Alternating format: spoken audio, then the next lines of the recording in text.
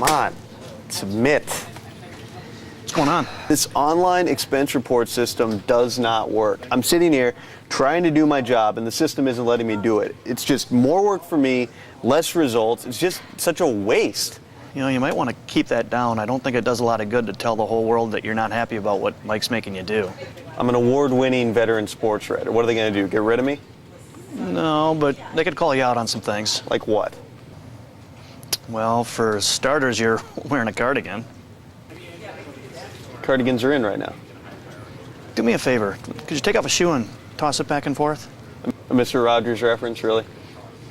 No, seriously. I've been to your place. I didn't think there was room in there for the land of make-believe. Okay, yeah, you made your point. Hey, what's Mr. McFeely up to these days? Yeah, I'm going to get out of here now. I think it's a little strange you're so close to your mailman. Bye, Pete. What was that all about? I think that was one of the Jonas Brothers.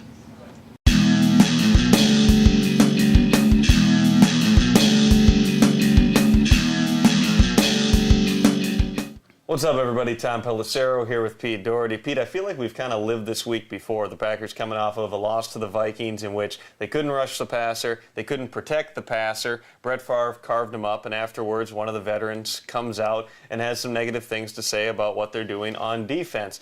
What is the vibe of this team right now when you have veterans kind of calling out the coaching staff a little bit and coming off of another tough loss? Well, I think it's a sign, you know, they switched to the 3-4 defense and, you know, everybody's not fitting perfectly, which were some of the concerns that outsiders expressed when they made the change. And they're still, Don Capers is still learning how to use them. I don't think it's horribly alarming as long as they nip it in the bud and it doesn't become a weekly thing. You know, a little complaining amongst each other and screaming at each other and yelling, I think sometimes can help a team or our newspaper staff. Speaking of recurring things, obviously, the ongoing protection issues. It's talked about every week. Yet they come out, they allow 6 sacks again. A couple of those are on Aaron Rodgers, but it's kind of been a nonstop ball rolling down a hill. And now it sure looks like this week they're going to go to Clifton and Tauscher. How much of an impact can that make, having Clifton back in and Tauscher in for the first time this year? I would think, you know, with Clifton back, penalties might go up a little bit, the false starts, and it'll hurt the run game a little bit, but the pass protection, it should help. I mean, he's just good at it. He's been good at it for a decade, and, you know, it's a natural talent that he has. Tauscher, you know, you'd think it would help some with consistency.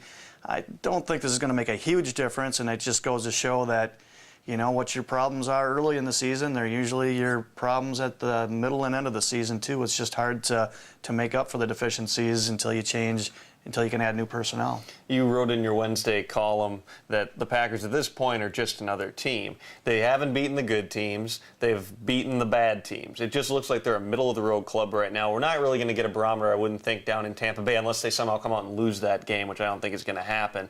But after that, they come into a stretch where they got to play Dallas, and they got to play San Francisco, which has been up and down. They've got some more challenging games. How are they going to come out of this stretch? You know, this will be big because these are all teams of about, you know, in the range of their caliber. It looks like you got the Vikings and Saints look like the cream of the crop, and then some of the teams just below that, the Packers at least think they're in that group.